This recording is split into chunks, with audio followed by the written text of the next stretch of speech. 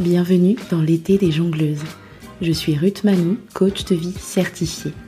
Si vous découvrez le podcast avec cet épisode, attrapez une boisson fraîche, votre serviette et rejoignez-nous au bord de la piscine.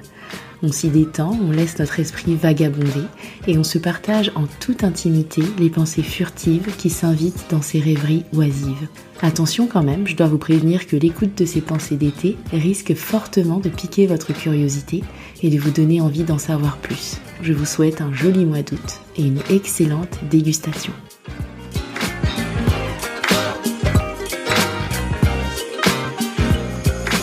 Hello! J'espère que vous allez bien.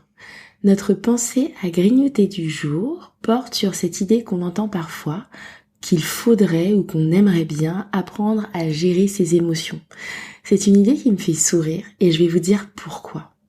Il se trouve que j'adore faire des analogies entre notre corps physique et notre corps émotionnel. Bon, celle que je m'apprête à faire n'est pas des plus sexy, mais je trouve qu'elle fonctionne assez bien, donc je me lance. Une des analogies qui m'a aidé à sortir de la résistance à mes émotions a été d'imaginer les émotions, désagréables en particulier, comme un cours d'eau qui traverse mon corps. Et c'est ça que j'ai envie de partager avec vous. Imaginez que vous ayez soif. Vous allez boire un verre d'eau qui va suivre son chemin dans votre corps.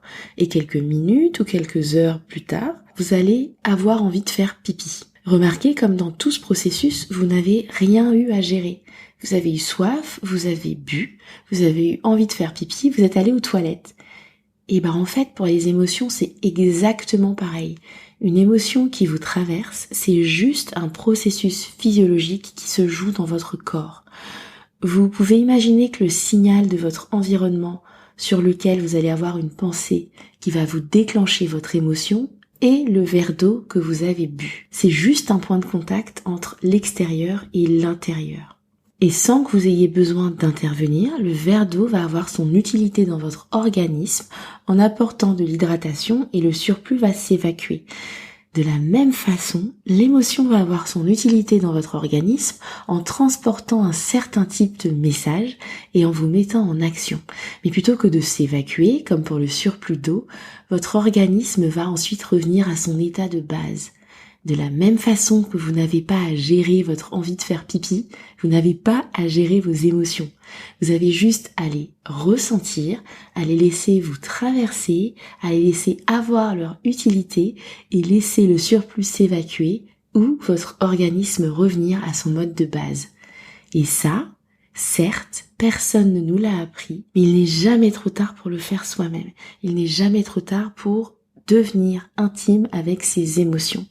Il n'est pas trop tard pour ne plus avoir peur de les ressentir et il n'est pas trop tard pour apprendre à écouter les messages qu'elles nous véhiculent et comprendre leur utilité. Si ce sujet de l'intelligence émotionnelle vous intéresse, vous pouvez écouter l'épisode 17 sur les émotions. Et pour aller plus loin, vous pouvez réserver votre appel découverte pour découvrir comment je peux vous accompagner sur ce chemin de découverte et d'apprentissage de vos émotions. Je vous dis à très vite pour la prochaine pensée à grignoter et en attendant, prenez soin de vous.